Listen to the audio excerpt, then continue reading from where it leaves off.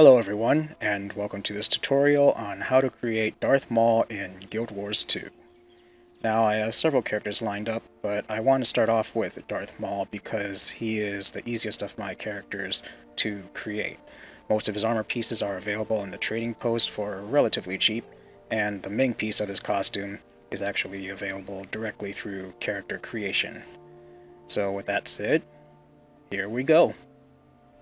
When you start to make this character, you're going to want to make him a male Norn Necro. Now the reason for this is this mask is only available through the creation of a Necromancer. So when you go through the character creation screen of a Necromancer, you get 3 mask options, and you can choose one of the 3 masks, which is the Darth Maul mask.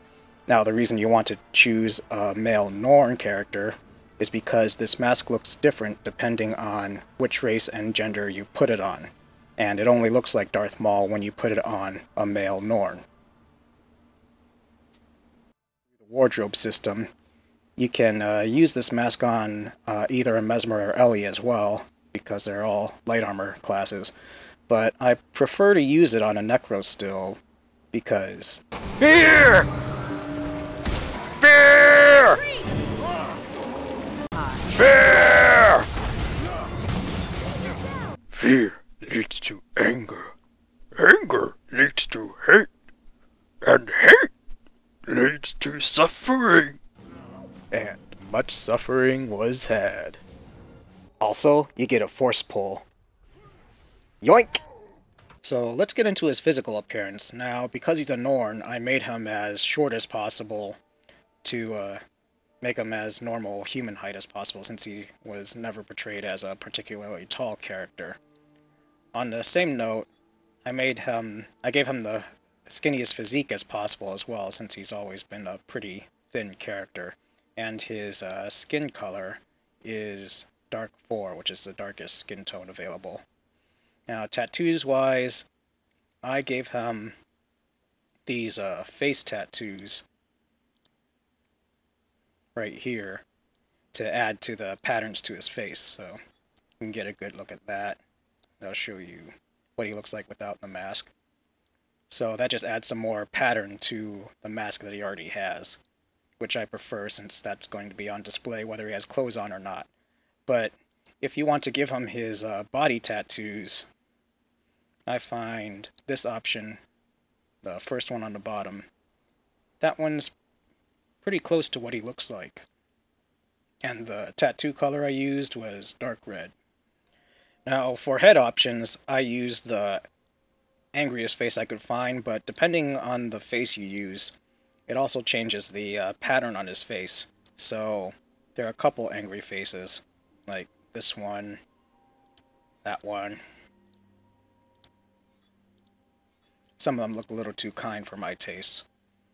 But I chose this one because I like it makes the black lines on his mask look far more pronounced than the other ones. I like the sharp edges and the jaggedness of the lines that form on his face.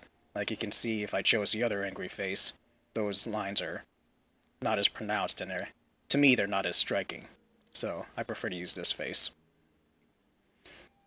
And hair-wise, I made him bald, but there's an option you can kind of give him the shaved head look to make his head look a little darker.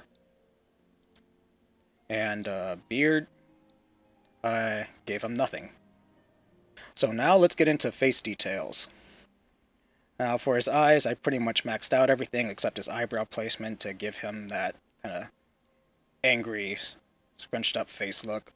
And one interesting thing is his eye color actually shows through his mask, so you can choose different colors here and it'll actually change his eyes. And the option I chose is light brown because it kind of gives him that bright, fierce, fiery yellow eyes that he is usually seen with. And then here are the sliders for his nose, so his nose length, width at base, width at bridge, height at tip, height at bridge.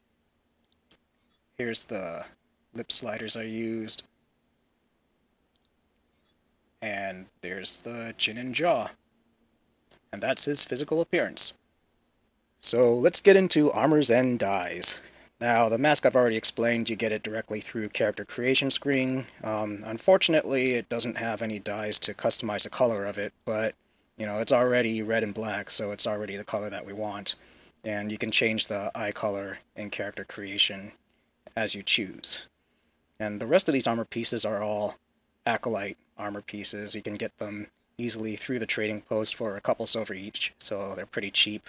The dye, however, can be pretty expensive, the Midnight Ice dye. Now, the reason I choose this dye is, for some reason, on this armor set, the actual black colors, the Abyss and Black, don't look black on it. Like, I'll use Abyss, which is supposed to be the closest thing to black available in the dyes.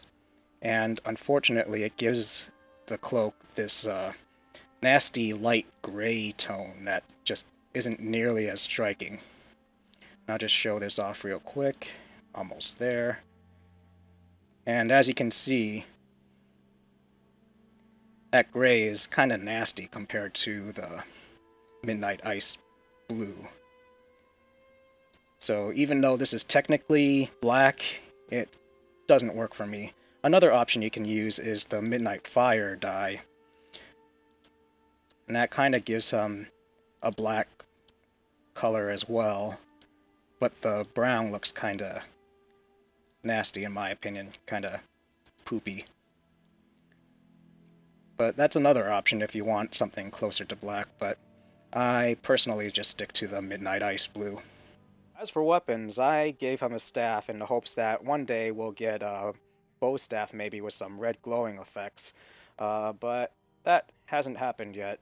So the closest thing I can find right now is this Chaos Staff, which is pretty cool. If it were red, it would be nearly perfect. But the only way to get this is through the Black Lion Trader, which means you have to get the Black Lion tickets, which means you have to open the Black Lion chests and get the keys. And I guess you could also buy it, but damn! Now, the closest thing you can get to giving Darth Maul dual lightsabers is probably giving him 2 daggers and using the Super Adventure Box skins if you have them. Unfortunately, there isn't a red one yet. There's only yellow, green, and blue. So, you know, next time Super Adventure Box comes around, hopefully we get a red one.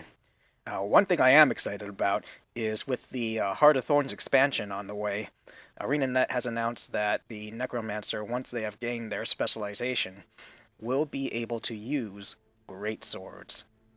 And the answer is, we've known the Necromancer specialization will allow Necromancers to make use of the greatsword weapon.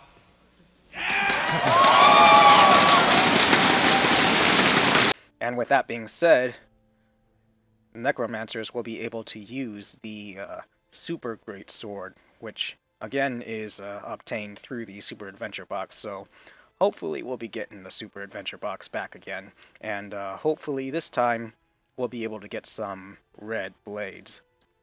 So that's all for now. Thanks for watching, and hope to see you next time.